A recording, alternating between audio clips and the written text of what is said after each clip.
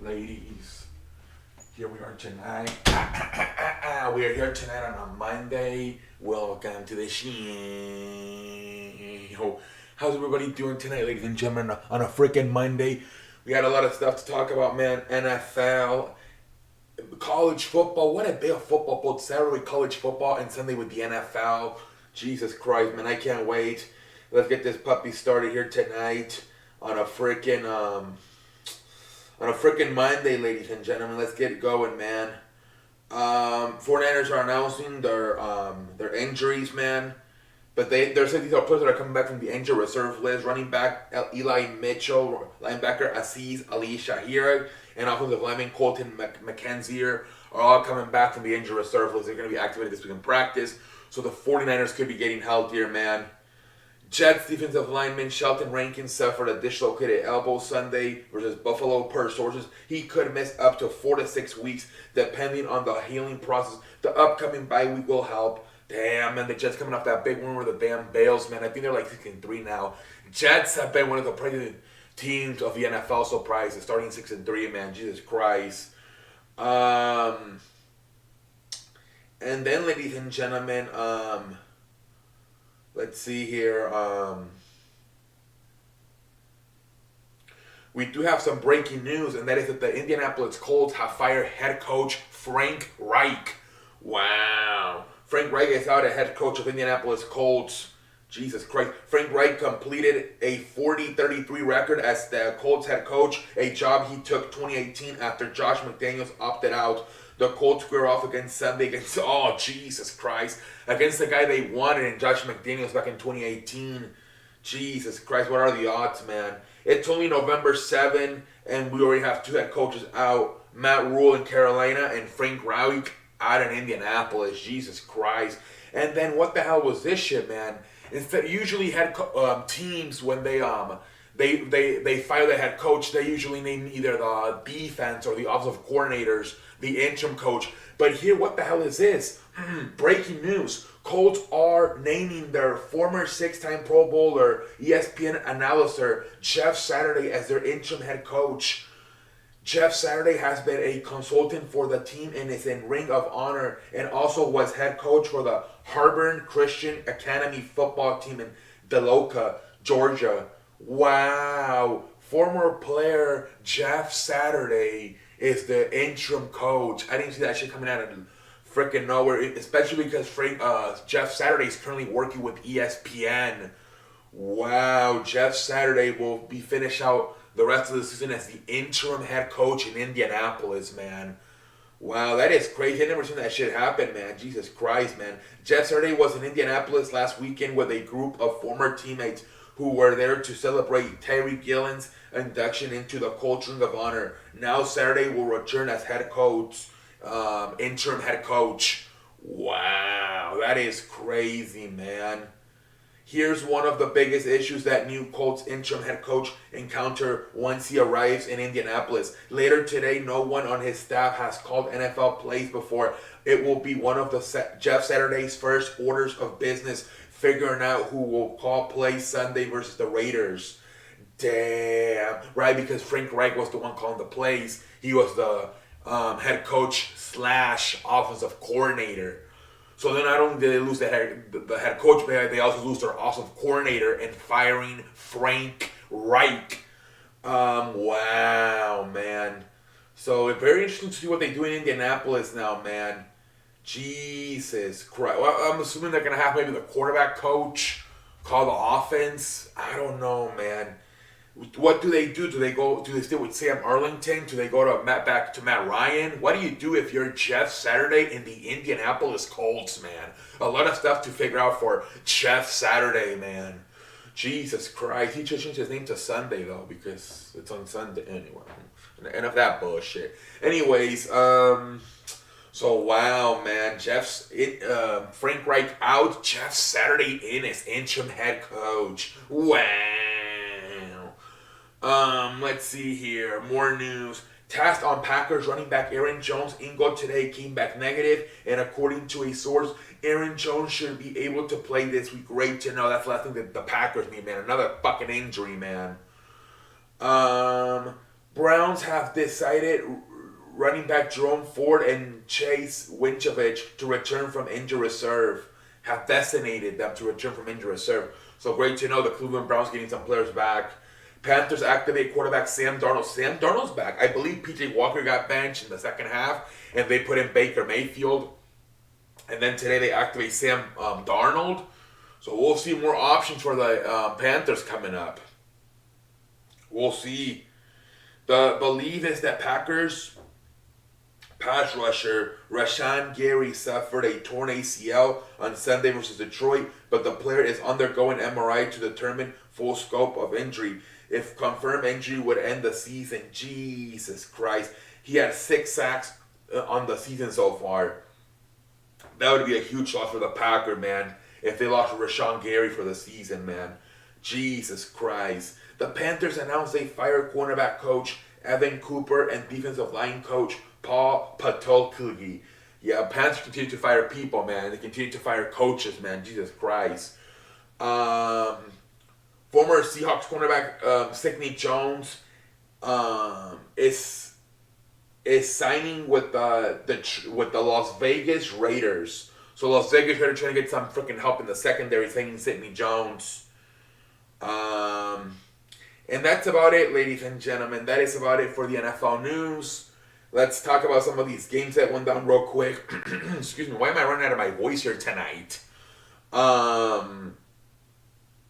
Let's talk about some of these games that went down on this freaking NFL Week 9.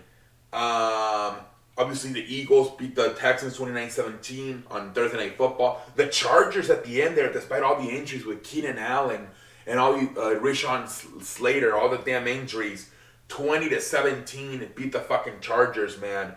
But fucking go out there and beat the fucking Falcons, man. Great win by the Chargers, man. Wow. Especially on the road. The Dolphins and the Bears, what a show this was. 35-32. Freaking once again, another good game by Tua Tagovailoa. 300 yards, 3 touchdowns, 0 interceptions. Freaking Tyreek Hill, 7 catches, 143 yards, 1 touchdown. Jalen Waddle, 5 catches, 85 yards, 1 touchdown. But the story here is Justin Fields is starting to figure things out with the Bears, man. He really is, man. He is slowly starting to figure things out. Not so much on the air, but like he did complete 17 of 28 passes for 123 yards, 3 touchdowns, and then he had another touchdown on the ground, so 4 touchdowns in total. He ran for 178 yards. He broke the freaking rushing record for a quarterback in a game. That was pretty damn impressive, man. Jesus Christ, man. Freaking Darnell Mooney, 7 catches, 43 yards, 1 touchdown. Chase Claypool, 2 catches, 13 yards. Cole Kmet. Cole Kmet had 5 catches, 41 yards, 2 touchdowns. So yeah, man, slowly getting this shit going, man. But now they have a nice little combination, I guess, with Darnell Mooney, Cole Kmet, and Chase Claypool. So we'll see where they go. But I think the Bears are slowly figuring things out, man. Bengals beat the Panthers 42-21. Joe Mixon had a hell of a game, man. Jesus Christ, man. Freaking 153 yards. Freaking 4 touchdowns. Jesus Christ, Joe Mixon. Hell of a game for him, man. Jesus Christ, what a game for Joe Mixon, man. T. Higgins set the way with 7 catches, 60 yards. But yeah, man, and he also had another freaking receiving touchdown, Joe Mixon. So 5 touchdowns for Joe Mixon. Jesus Christ, what a game for freaking Joe Mixon. 155 yards rushing. Wow. 42-21, Bengals win. What about this game, man? 15-9, the freaking Lions beat the Packers. Jesus Christ, ladies and gentlemen. What the hell happened to Aaron Rodgers? 3 interceptions. I believe 2 were by the fucking red zone. I think at one point he was trying to freaking throw the ball to offensive lineman back to Bari. Pendejo phase. What the hell happened to Aaron Rodgers, man? Completing only 50% of his passes. Completed 23 out of 43 passes. 3 interceptions, 1 touchdown. What the hell happened to Aaron Rodgers, man? Jesus Christ, man. Aaron Jones got hurt, so they didn't have a running game. What a fucking shit show is going down in Green Bay, man. 5 in a row. They fall to 6-3. What is going down in Green Bay? Some people are calling for Aaron Rodgers to be benched and for Jordan Love to be put in, man. Jesus Christ, man. Patriots beat the Colts 26-3, which led to freaking obviously Frank Reich getting fired. Jesus Christ, man. What about the Jets upsetting the fucking Bills 20-17? And the fucking Bills, like I've been saying, continue to have the problem. They can't run the football, man. Once again tonight, Devin Singletary 24 yards, and that's it, man. They can't run the ball. Freaking Isaiah McKenzie 9 yards. Freaking James Cook 15 yards. Again, if Josh Allen left them with 85 yards. They can't freaking run the football. They don't have a running game. They get to the red zone. They can't run the ball. They force Josh Allen to throw the ball, and it gets intercepted in the red zone once again, man. 2 interceptions, no touchdowns for Josh Allen. It was probably one of his worst games for Mr. Josh Allen, man. That's a huge problem the Bills have, man. They can't freaking run the damn ball. The Vikings, man, come all the way back, man. 20-17, get the game winner, man. The freaking Vikings, at one point, man, Jesus Christ, they were down freaking 17-7, man. It was not looking good. But they come back at the end, win with a fucking field goal, and improve to 7-1, man. The damn Vikings, man. The Jaguars beat the fucking Raiders 27-20, man. Jesus Christ. A lot of Raiders fans calling for Josh McDaniels, his job. Jesus Christ, man. A lot of people are saying they should have freaking left, what's that guy's name from last year? Rich Bashashi. They should have left him as coach instead of hiring Josh McDaniels, man. Seahawks 31-21 over the freaking Cardinals. Seahawks continue to win and improve to 6-3. Cardinals once again. Now, a few weeks ago on Thursday Night Football, you had Kyler Murray and Cliff Kingsbury fighting. Now you had freaking Kyler Murray and DeAndre Hopkins fighting. Jesus Christ, what a clusterfuck in Arizona, man. Buccaneers 16-13 beat the fucking Rams at the end. I believe 35 seconds left. Tom Brady, after struggling the whole game to get in the fucking end zone at the end there, man. Jesus Christ. The only touchdown the fucking Buccaneers had at the end there comes with 9 seconds left in the fucking game, man. Tom Brady hooks up with Cade Otton for a fucking a catch, and they fucking run away, man. Steal the game, 16-13. Jesus Christ, what a fucking ball game at the end there. It was a tough watch there for a while, but at the end, the Buccaneers making it exciting with a game-winning touchdown, man. Matthew Stafford, 13 of 27, 165 yards, 1 touchdown, 0 interceptions. Can't even hit the 200 mark, Matt Stafford. Same thing, they have no running game.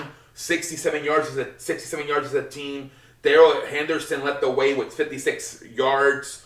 Cooper Kupp, 8 catches, 1 touchdown. Outside of Cooper Kupp, this offense stinks nowadays, man. It just stinks. It's just terrible, man. Van Jefferson, 5 targets, but never caught the ball, had a few drops.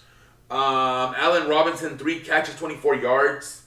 They don't have a running game. Outside of Cooper Kupp, they don't have wide receivers. It is not doing good for the freaking Rams, man. I don't know what the hell happened to this team. Tom Brady, 38 out of 15 completion, 280 yards, 1 touchdown. Same thing. They don't really have a running game. A lot of teams don't have a running game this year. That's what I'm realizing, man. A lot of teams do not have a fucking running game, man. Chris Godwin, 7 catches, 35 yards. Mike Evans, 5 catches, 40 yards. Leonard Fournette, 5 catches, 41 yards. Scotty Miller, 7 catches, 53 yards. And freaking Cade Otton, 5 catches, 67 yards with the game-winning touchdown. But yeah, man, that's what I'm realizing. A lot of these teams can't run the ball. Another one they can't run the football, the Kansas City Chiefs. Freaking Kansas City Chiefs, man. They take that 9-0 lead right away. They mix the extra point, but it was supposed to be 10-0, but it was 9-0. But then after that, man, freaking Ken Henry starts going ham, man. Freaking the freaking Titans, man, take a freaking 14-9 lead. Then they take a 17-9 lead. Then at the end, man, Patrick Mahomes, man, finds a way to tie it late in the game with like 2 minutes left, 17-17. And then they go to overtime. Harrison Buckner wins it 27-17. It was kind of fishy there, right? Because they got the touchdown with Patrick Mahomes. But then they give him like, what, 3 chances to get the freaking 2-point conversion. A lot of people were complaining about saying it was rigged. Maybe it was fixed. That was kind of weird. Freaking, look, I said this on TikTok. The freaking Malik Willis doesn't do shit, man. Only 5 completions for 80 yards. You pretty much had only like 30 because there was a 50-yard completion to the tight end, Chakino Okuko. You take that fucking completion away, only like 30 yards throwing by freaking Malik Willis. You might as well freaking put Derrick Henry on their center, man, and have him do everything. 115 yards rushing, 2 touchdowns. He was the one that kept them in the game. He was the 1 point gave them that 17-9 lead. If it's not for Derrick Henry, they freaking get squashed tonight, man. Jesus Christ. I kind of like the running game they do have with Malik Willis. He ran for like 40 yards. But I don't know, man. The passing is terrible with him. Holds on to the ball too much. I'm surprised he only got sacked 3 times, man. Jesus Christ. Patrick Mahomes, 43-68. Another team that doesn't have a running game. 68 passes. Completed 43 of them. 445 yards. 1 touchdown, 1 interception. The interception wasn't really his fault. It kind of bounced off of Trevor Kelsey's hands. But whatever, man. No running game, man. Patrick Mahomes, that's the way with 63 rushing yards, 1 touchdown. Outside of that, Clyde Edwards-Helaire, 5 rushing yards. Isaiah Pacheco, 5 rushing yards. Jerick McKinnon, 4 rushing yards. So you take Patrick Mahomes yards away. Freaking Isaiah Pacheco, Clyde Edwards-Helaire, Jerick McKenzie, freaking combined for fucking 14 rushing yards. You take away Patrick Mahomes' 63 rushing yards, they only combined for 14 rushing yards. Jesus Christ, man. No fucking running game around the NFL. Travis Kelce, 10 catches, 105 yards. Juju Smith-Schuster, 10 catches, 88 yards. But Nicole Harmon had that touchdown, 6 catches, 1 touchdown. But no freaking running game. Just like the Bills, just like the Buccaneers, just like the freaking Rams. No freaking running game, man. Jesus Christ. All right, ladies and gentlemen, we're done with the NFL. Let's go to the college football. And ladies and gentlemen, what a game we had, man. So we had on Friday, we had freaking Washington upset Oregon State 24-21. And then over the week, these games were kind of close in the beginning, right? Ohio State, Northwestern, and Texas Tech TCU. But then in the fourth quarter, Texas TCU and Ohio State got their head out of their ass. And they put it together. 21-7, Ohio State wins it at the end. TCU 34-24 wins it at the end. North Carolina beats Virginia 31-28. Tulane beats Tulsa 27-13. And this was a very disappointing game, right? It was supposed to be 1 versus 3. The champions versus the number 1 seed. But Georgia pretty much manhandled them, man. At freaking one point, Georgia had a 26-6 lead. It was a freaking ass whooping, man. Georgia showed they're the better team. Tennessee got a reality check. 27-13, Tennessee wins. 27-13, Georgia wins it. Jesus Christ. Oregon beats Colorado 49-10. Oregon continues to win, man. Jesus Christ. What an impressive win. Penn State beats Indiana 45-14. Fucking Michigan State upsets Illinois 23-15. Pendejo face for Illinois. Wow. And freaking Kansas upsets Oklahoma State 37-16. Another freaking upset. Pittsburgh upsets Syracuse 19-9. Syracuse has really fallen off lately, man. They looked so good a few weeks ago, almost beating Clemson. Now, not so much. Central Florida once again beats Memphis 35-28. Central Florida having a nice little season over there, man. And then what a game this was, man. Freaking LSU, Alabama.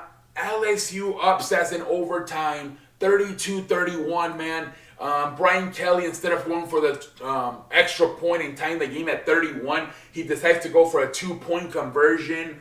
Jesus Christ, man. Oh my God, man. What a fucking a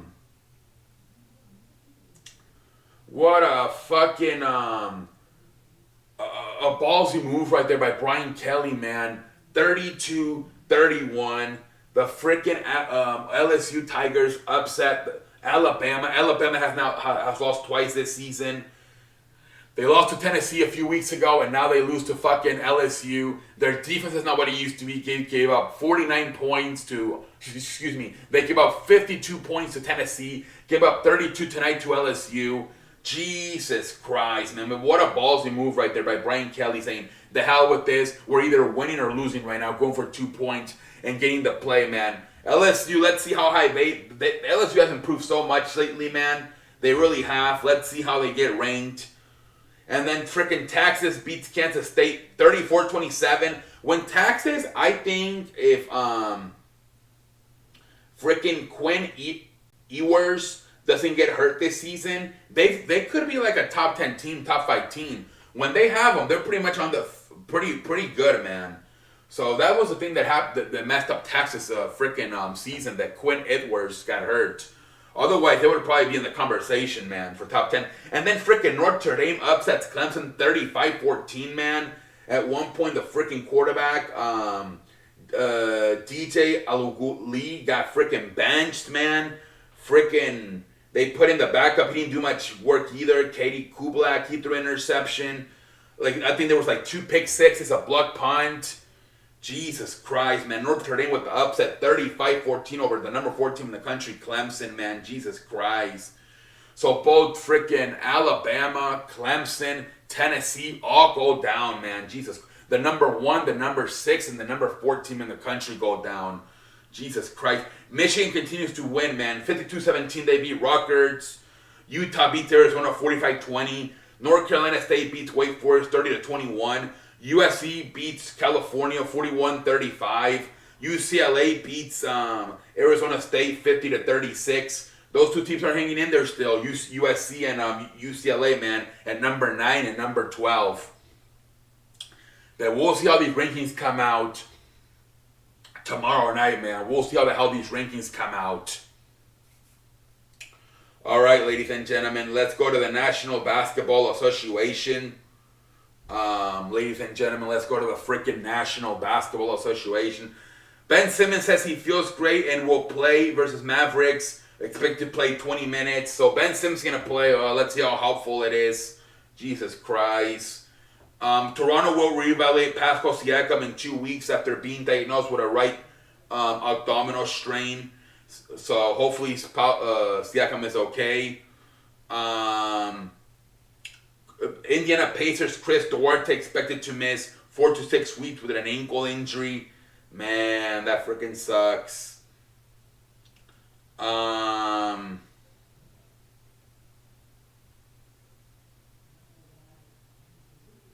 Let's see here. More news on the National Basketball Association.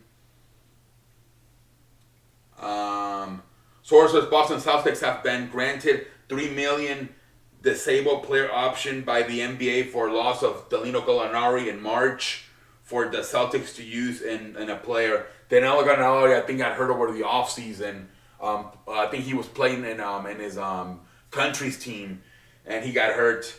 Cam Johnson will undergo surgery on his torn meniscus.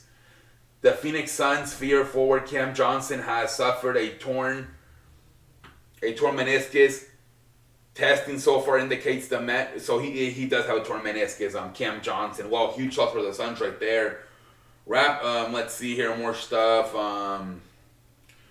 The Brooklyn Nets delivering Kyrie Irving 6 actions he must complete in order to return to suspension. Apologize and condemn movie. $500,000 donation to anti-hate causes. Sensitivity training. Altamastic training. Meet with ADL Jewish leaders. Meet with Joe Dice to show he's understanding what he did wrong. So Kyrie Irving must complete all those things before he wants to get reinstated by the Brooklyn Nets. Um, Minnesota Rudy Gobert has entered health and safety protocols. Oh, Jesus Christ. Here we go with this shit again. Nike has suspended Kyrie Irving. Nike announces the company is suspending its relationship with Kyrie Irving effective immediately and will no longer launch his new Kyrie 8s. Jesus Christ. Nike's statement on Kyrie Irving reads, in part of at Nike, we believe there is no place for hate speech and we condemn any form of autism. We are deeply, guys, I don't know how to read that word. I don't know how to read that word. It doesn't say autism. I apologize. Antisemitic. I don't know how to read that word. I apologize. It doesn't say autism. I don't know what it says. We are deeply saddened and disappointed by the situation and its impact on everyone. I think it's people that don't believe in God, right? Is that the word? It starts with an A. Antisemin. I think some people. I heard people say it on when they don't believe in God. God. I think that's what the word is. But I keep saying autism. It's not autism. Anyways, austemic maybe. Maybe that's what it meant. Austemism. I don't know. Anyways, let's move over, man.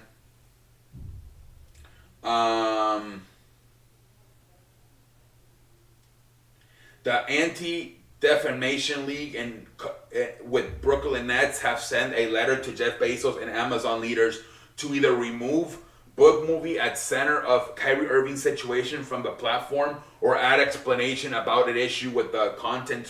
Wow, now they're going after freaking Amazon and Jay Bezos. Jesus Christ, man. Wow.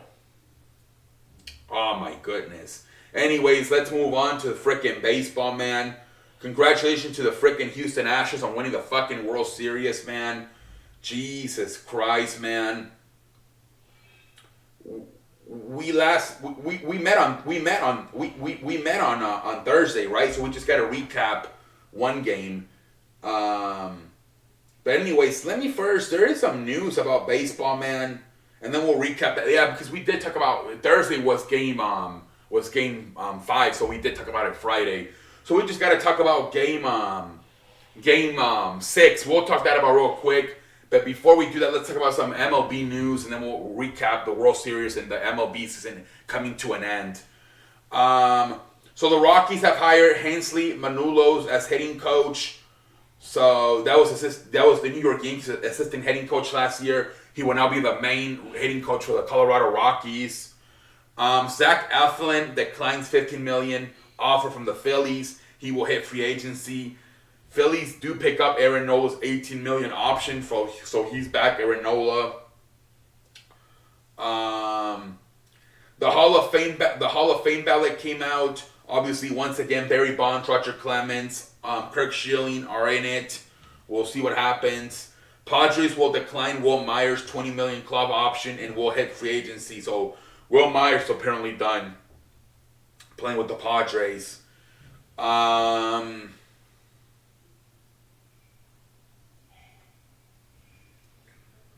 Right-hander Roberto Suarez has opted out of his contract with the San Diego Padres. He looked unhittable at times in the playoff before Harper got him. So he's going to look for a better deal, Roberto Suarez. Let's see here. So the winter meetings are about to start in Las Vegas. So sometimes a lot of trades appear to happen in the freaking Las Vegas meeting.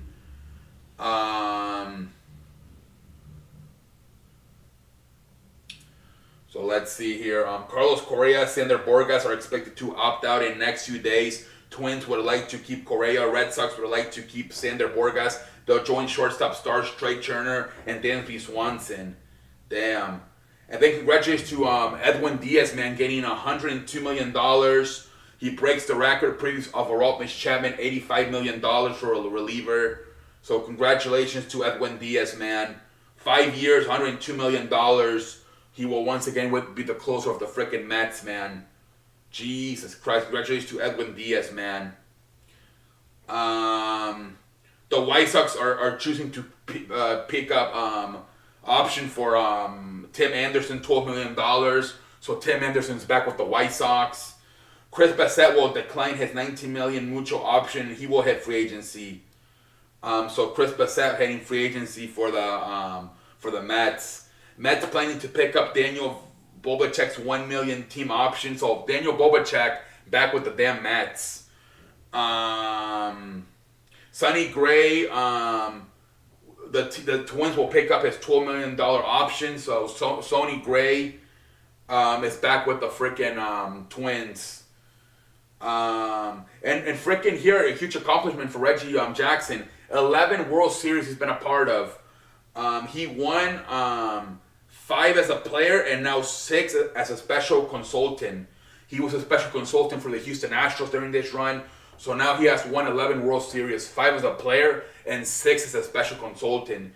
Congratulations to Reggie Jackson. And again, the free agent class will be Carlos Correa, Jacob deGrom, Cinder Borgas, Justin Verlander, Carlos Rodon, Chris Bassett, and many more will be hitting the freaking... And then what about this, man? Back in 1993, Dusty Baker's first game versus the St. Louis Cardinals, the first hitter he faced was Guillermo Pena. Who was that? Jeremy Pena's father, who turned out to be the MVP of the World Series. That is amazing, man. Freaking back in 1993, in his first game as manager, his first opponent, leadoff hitter, was his father, Guillermo Pena. Full circle right there. Jesus Christ. Wow. All right, ladies and gentlemen. Well, let's recap the freaking World Series, and then we'll call it a night. So this World Series, man, it was a pitching duel the first 5 innings between Framber Valdez and freaking Zach Wheeler. But then in the 6th inning, everything woke up. Freaking Kyle Schwarber hitting that freaking solo home run, making it 1-0.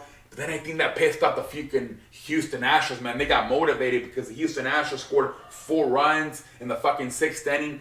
Freaking Yordan Alvarez with a big-ass bomb to center field. 3-run homer. Made it fucking 3-1. And then Christian Vasquez got another run in. 4-1. And then that was all she wrote, man. The bullpen, man, came in the fucking game for the Astros, man. And they shut them down, man. Jesus Christ, man. Hector Neris, Brian Abreu, Ryan Presley came in and shut them down. And the Houston Astros won the World Series 4-1. Jesus Christ, man. Wow, man. Like I said, Kyle Schwarber, it was almost like that home run kind of woke up, motivated the Astros. Hey, it's time to go to work. And they exploded with freaking 4 runs in the bottom of the inning, man, to win the World Series, man. And the freaking Kyle Schwarber in the 8th inning, 2 outs, 2 strikes, freaking bunted and fouled it off. Like, pendejo face, what the hell were you thinking? You were actually the only guy who was actually hitting for the team. What the hell would you bunt with 2 strikes and 2 outs? I don't know what the hell that was by Mr. Kyle Schwarber in the freaking 8th inning, man. Jesus Christ. But congratulations, Dusty Baker. And I was looking at a stat. I don't think a lot of these relievers, like Rafael Montero, Brian Abreu, didn't allow a freaking single run in the playoffs. This is one of the most dominant bullpens I've seen in a while. This freaking Houston Astros bullpen. Hector Neris, Brian Abreu, Rafael Montero, Ryan Presley. Pretty damn impressive bullpen, man. We'll see what happens next year. But the Houston Astros, man, Jesus Christ. The Phillies had the momentum, right? The first, in the beginning, right? The way the first 3 games coming back in game 1 after being 5-0, coming back and winning 6-5. Then how they beat the shit out of them in game 3, 7-0. But then that freaking no-hitter in game 4 by Christian Javier completely turned the momentum around. And from there, the Astros never looked back as the Astros went from losing 2-1 to winning 4-2. They beat them 3 straight, game 4, game 5, and game 6. Jesus Christ, what a World Series, man. Congratulations to the Houston Astros of being the World Series champion. Dusty Baker finally wins a World Series championship, man. All right, ladies and gentlemen, let's go to freaking wrestling, man. Jesus Christ, man. All right, ladies and gentlemen, so let's start off wrestling here. Let's start off the fucking wrestling news here tonight on a fucking Monday, man. These Mondays freaking hangouts are always so freaking long. I mean, podcasts are always so freaking long, man. Jesus Christ, man. Is this shit gonna charge anytime soon? So pretty much what's going on here is apparently there's another person, another witness that saw the AEW fallout between CM Punk and Kenny Omega and the Young Bucks. But apparently nobody's asking him any questions. Apparently he's more on the CM Punk favored.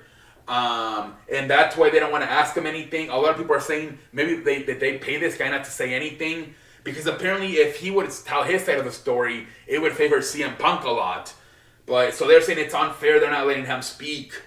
And it's because Tony Khan is really siding with the Young Bucks and Kenny Omega. So we'll see, whatever. I'm so done with that. Sasha Banks has been teasing return, saying for the what I've been waiting for the last 6 months is finally going to happen.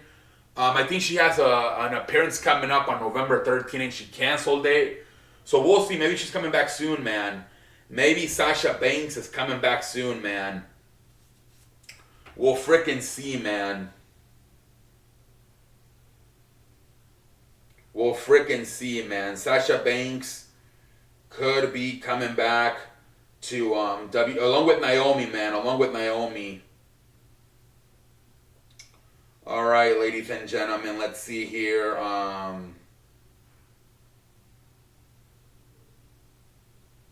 More wrestling news.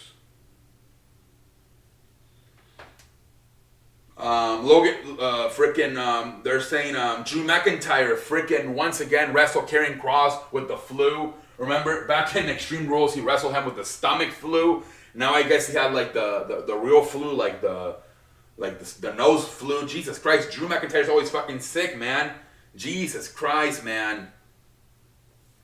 They were talking about shout out to Drew McIntyre for frickin' wrestling with sick again.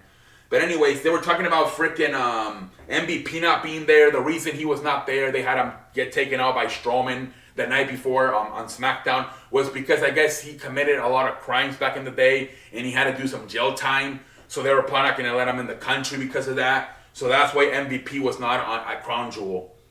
They're saying Logan Paul might have suffered a fucking ACL tear in his match. Jesus Christ, if that's the case, terrible news for Logan Paul, man. That's about a 6 to 9 month injury. Hopefully that is not the case, man. That's going to suck ass if Logan Paul tore his ACL, man. What a great match he had, man. Jesus Christ. So they're playing War Games. I think a lot of people are thinking the main event is going to be the Bloodline, Roman Reigns, the Usos, Solo Sikoa, Sami Zayn versus a combination of the New Day and the Brawling Brutes, Sheamus, Rich Holland, Butch, Kofi Kingston, and Xavier Woods. That's what a lot of people are thinking is going to be the main event. But we'll see what happens, man. Also, Bobby Lashley said in an interview he wants the Hurt Business to get reunited with Shelton Benjamin, MVP, and Cedric Alexander. And this could be the time, right? Survivor Series is all about tag teams. So maybe this could be the time to reunite the Hurt Business, man. Jesus Christ, man. This might be the time to reunite the freaking Hurt Business. And then congratulations to Otis. Apparently Otis does not know how to read. He has dyslexia and he didn't know how to read, so they put him in a reading program and he finally finished his first book this past week. So congratulations to Otis for learning how to read. I didn't even know he didn't know how to read. But yeah, congratulations to freaking Otis. Thank you! So you have freaking Chad Gable, who's a nerd, freaking 5.0 GPA, and this other guy can't even read a book? Jesus Christ. I wonder if he's the one that taught him how to read behind the scenes. I wouldn't even be surprised, man. Jesus Christ, man. So Otis, congratulations on learning how to read and finishing your first book this past week. Jesus Christ. Let's see here, ladies and gentlemen. And more stuff. Let's see here. So a lot of people making memes about fucking on Friday in the press conference, Otis putting his hand on Michael Cole, and somebody said he got the whole. He got Cole's world in his hands. A lot of memes going about that, but that, you know, it was kind of funny. I thought it was creative. Cole's world in his hands. Anyways, enough of that bullshit. Obviously, the major heat between Braun Strowman after the match, man. pretty much saying we have 47 people ranked our match 5 stars. So much for these fucking midgets, flip-flopper shit. And then obviously Mustafa Ali, Ricochet, Chris Jericho got pissed off. Will Ospreay got pissed off. Pretty much saying, Chris Jericho saying, I used to back groceries. And then Ricochet saying, well, you know, anything but put him on a fucking scale, then he'll get pissed off. And then Mustafa Ali saying, hey, can you teach me how to get fired? Remember, Mustafa Ali has been asking for his release. And then Braun Strowman was like, didn't you used to work in catering? And then Mustafa Ali was like, yeah, I was in the kitchen cooking you. And then Will Ospreay was like, man, instead of freaking being happy for having a great match the way you did and getting 47 people to rank it 5 stars, you're freaking over here making fun of other people, man, that are smaller than you. But then he kind of, I guess he realized he fucked up. And he replied to Will Ospreay. He's like, man, don't take it that seriously. I have respect for everybody in the locker room, everybody in the business. I was just taking a jab at the YWC. I don't know who the fuck that is. I think it's like a wrestling community that likes I think it's like they like the Ricochets, the Mustafa Ali, the Jay Lethals, all the wrestlers, but they don't have, like all the wrestlers, they don't have a personality, I guess. It was mainly more for the YWC or whatever the fuck they're called. And then he said again, he said another tweet, yeah, guys, I didn't need any disrespect to anybody else. I was just making fun of the YWC. And, I think he tried to backtrack. I don't know, but whatever. Kind of always good entertainment when you see these freaking Twitter fights. And then freaking Nick Adiles announced he's leaving the NWA. This is who is this? This is somebody's he's going out with Mickie James, I believe. Mickie James' husband. Nick Adiles announced he is leaving the NWA. And he pretty much the owner said, yeah, this guy's a pain in the ass to work with. He pretty much said, let me see if I can pull up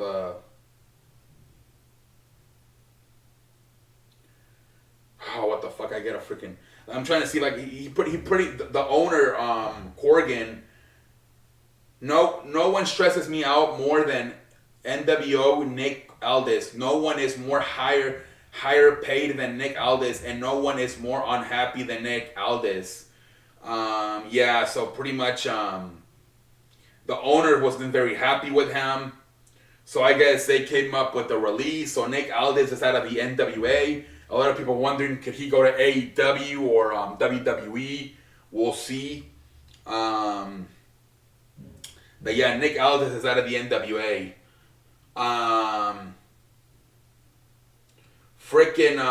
Let's see here at the end. So apparently, Bandino, that one guy that came up and had a match in AEW a few weeks ago, has officially signed with AEW. And WWE, man, they were interested in him, but obviously he chose AEW. But WWE said they're focusing in on freaking. They want to focus on restocking the women's division. Obviously, right now you have supposedly Charlotte and Becky Lynch are gonna come back. Possibly Sasha Banks, Naomi as well, Charlotte, and then now they're interested in Mia Yim and Charlie Green. But yeah, apparently WWE, they want to restock the women's division. But I think, if they do get Charlotte, Becky Lynch, Sasha Banks, Naomi, Chelsea Green, and Mia Yim, along with Ronda Rousey, Liv Morgan,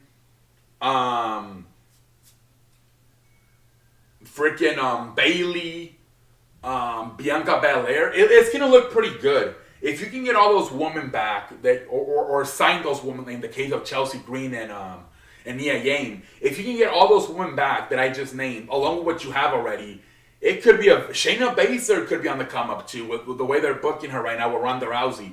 So it could be looking pretty good in the next few months if everybody that has been named to return or sign with the company. It could look pretty good in a few weeks, honestly, for the women's division, honestly. I'm not panicking too much. If they do get everybody, they're saying it's going to look pretty good, along with the people they already have. So we'll see, man. Nikki Cross. Let's see what they do with Nikki Cross now. So yeah, a lot of good stuff can be happening with the woman, man, if it works out. All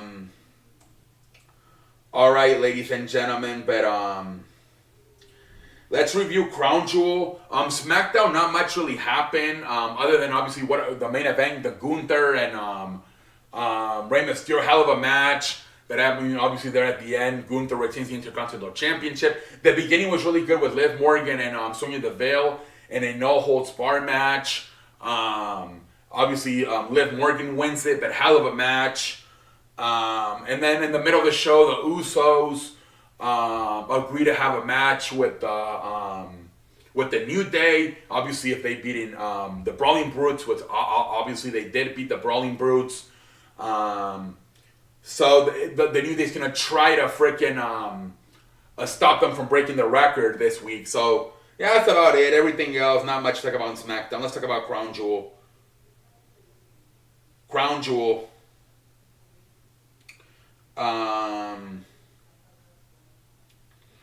So yeah, let's talk about freaking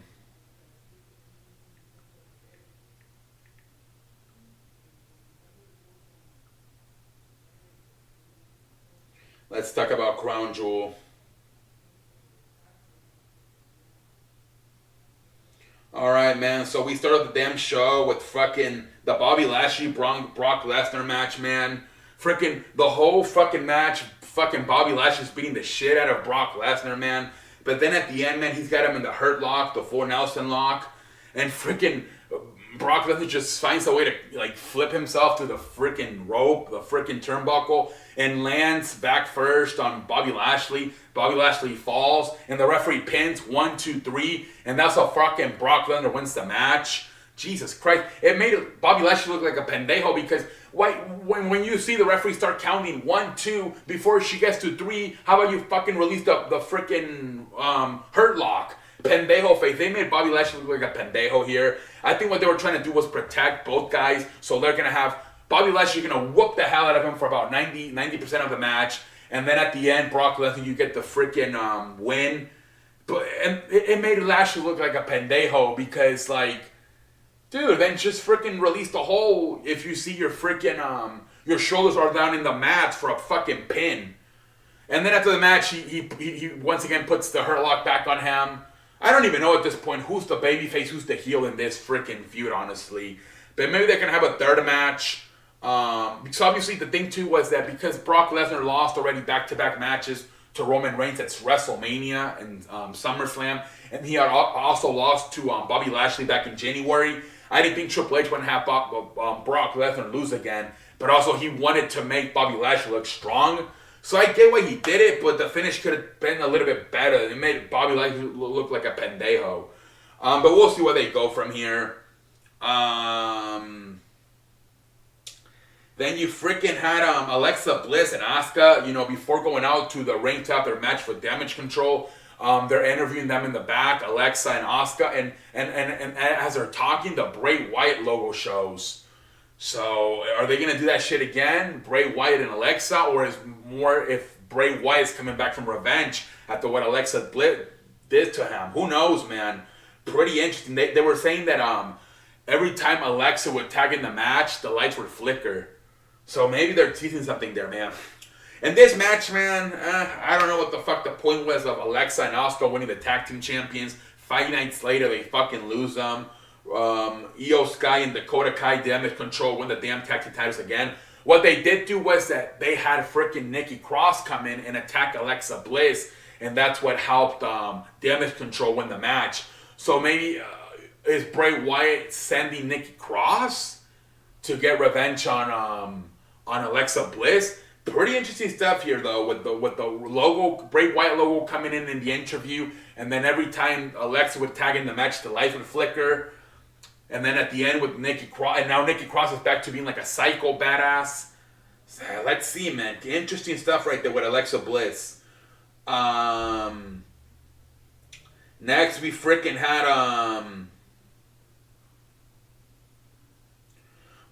the steel cage match, Karrion Kross and Drew McIntyre, again, Drew McIntyre was apparently had the flu for this.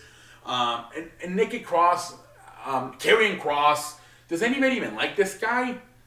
Like, does anybody even cheer for this guy? Everybody just sitting down watching him.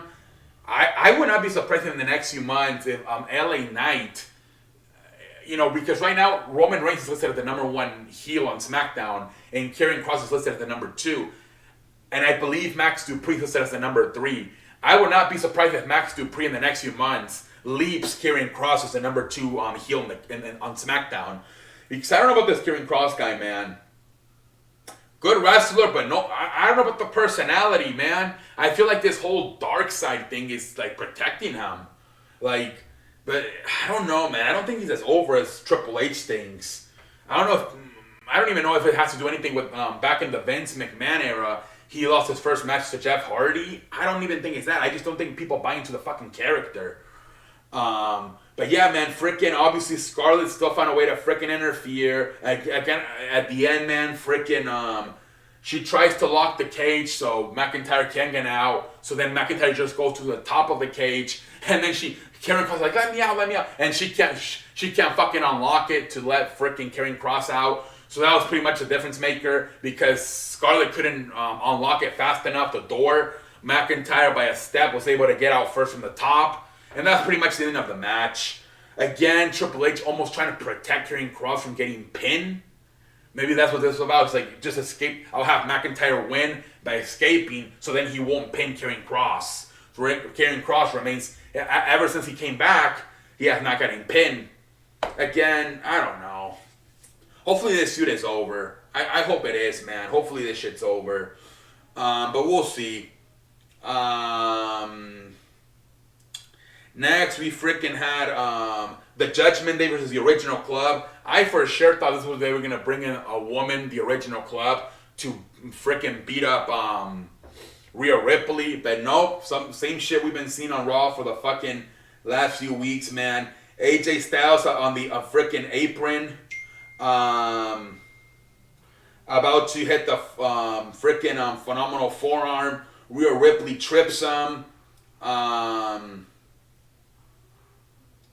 And then freaking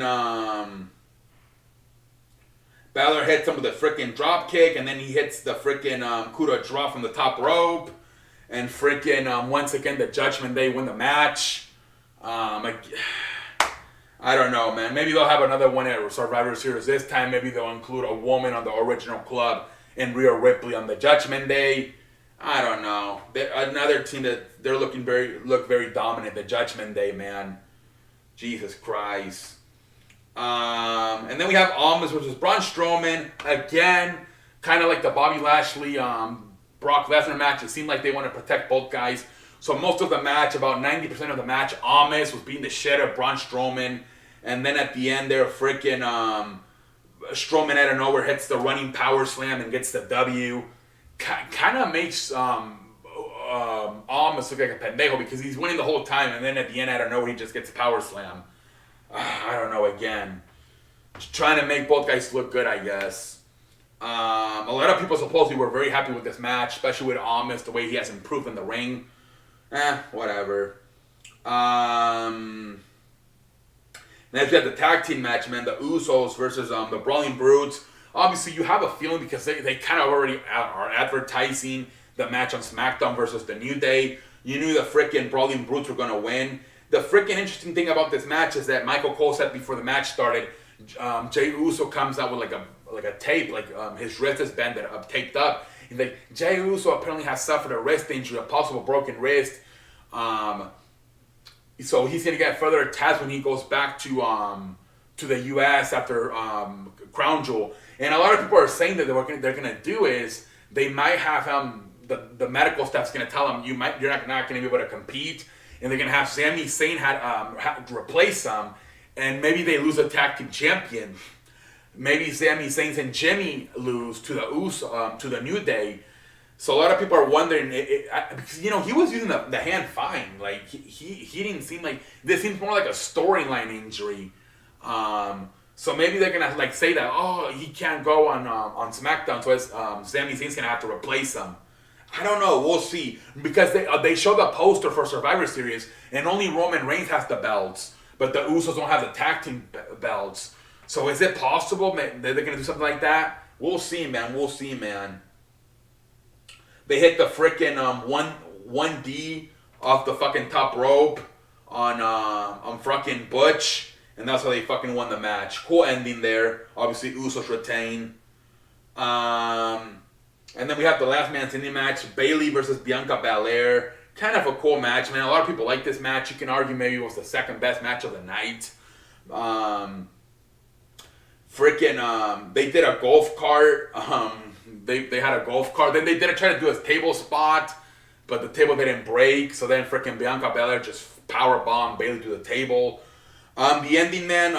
It was funny because in the beginning of the match, freaking Bayley, she tried to trap Bianca Belair she put her under the steps, and then she tried to put the ladder on top of the steel steps, and then that's how the match ended. It was the other way around. Bianca Belair traps Bayley underneath the freaking the fucking ladder, and it prevents Bayley from getting up at the 10 count, and that's how fucking Bianca Belair won the match. I thought for sure Damage Control, Io Sky and Dakota were going to get in here and help out Bayley and win the tag. I don't know, man. They got to be careful with Bianca Belair, man. People are going to get sick of her if she continues to win. This could have been the time for Bayley to win the title, man. Honestly, man. Jesus Christ. But anyways, whatever. Then you have Bray Wyatt come out, his little promo. Not much, man. Not much with the promo. The only thing I saw the difference was that usually when they do these promos, you know, he's out in the microphone talking, and then that Uncle Howdy guy comes on the Titantron, and then you don't see Bray Wyatt again, right? Where this one, there was difference. They were showing Bray Wyatt in the ring looking at the Titantron as Uncle Howdy was talking. So that's the first time we actually see Bray Wyatt, like, look at the fucking, because a lot of people are saying, oh, it's him. He's in the ring, and then he disappears, and he's on the Titantron. But nope, this time you saw Uncle Howdy on the Titantron, and at the same time you saw Bray Wyatt on the ring looking at the Titantron. So that was the difference they did. Outside of that, not much here. And then you had freaking the main event, which is the best match of the night, Logan Paul versus Roman Reigns. Freaking Logan Paul, man. They had the freaking co-host of the podcast Impulsive get beat up by the Usos, George Quenko and Mike Mulak. Logan Paul does a fucking video as he does doing a frog splash to the top rope on the announce table. That was hilarious. He did a fucking box shot lariat, probably better than freaking CM Punk and even Adam Hangman Page, man. Jesus Christ. And at the end then you have freaking Jake Paul come out, after the Usos beat up the co-host of Impulsive, George Quenko and Mike Malak, and he comes out and he knocks out both the Usos. Then after that, freaking Solo Sikoa comes out, but I guess Triple H, he doesn't want Solo Sikoa to look weak getting knocked out by Jake Paul. So they have the security come out, they separate them, and that just gives Roman Reigns enough time to recover after getting frog splash both times, one on the freaking announce table and another one on the freaking inside the ring. It gives him enough time to recover, hits a Superman punch, and then hits a spear, and that's how he wins the match. Obviously, Roman Reigns has retained the championship. But like I said, freaking, man, it sucks. They're saying that Logan Paul freaking tore his ACL. Oh, fuck, man. Because you know for sure, man, he was going to fucking be at WrestleMania, that it's in Los Angeles, man. What all the history he has in Los Angeles. Oh, man, this freaking sucks, man. Logan Paul, man. If he's out for like 6 to 9 months, and who knows, man, this guy, he's got a lot of money. He's got another projects with, he's got his podcast, his YouTube. I think he's got like a drink. He doesn't need the money. He might just say, fuck this, if he does have an ACL injury. Because that's like a 6 to 9 month injury, man. Jimmy Uso, Bayley took a year to recover from this. So, man, they're saying there's a slight chance that it might not be teared. I guess they got to do more tests when they go back to the U.S. But Jesus Christ, man, hopefully it's not fucking teared. Because if it is, I mean, even if he comes back 6 to 9 months, earliest it would be what? 6 months would be July. 9 months would be freaking what? Fucking. So what? We're in November. So 6 months would be May actually. 6 months would be May, and then 9 months would be fucking August. So maybe if you can get him somewhere between the 6 to 9 months, somewhere between when, maybe SummerSlam around July, August could be the time where he can come back. So maybe he misses WrestleMania, but he's available for SummerSlam in the summer. That's probably the realistic target to look at right now, SummerSlam, because like I said, somewhere between May and August is where it would be the 6 to 9 months. So we'll see, man. But man, great match. Sucks he got fucking hurt. Reports are also Jake Logan and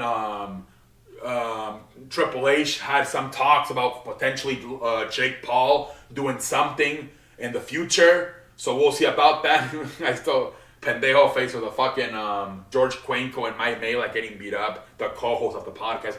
But good show. It was a good show. Some of the stuff was kind of weird, right? The booking and the ending of those matches, like Almas and Strowman and Brock Lesnar and Bobby Lashley. The ending, the cage match was also kind of silly by Drew McIntyre and Karrion Kross. I wish they would have fucking had Bayley win the women's champion, but whatever. Good show. I don't think it was as good as the other Triple H's pay-per-views like SummerSlam, Castle Crown, or Extreme Rules. This is, if out of the 4 he's done, this is probably the worst one. But it was still good, pretty good. But ladies and gentlemen, until next time, I'm all like a light. I thank you.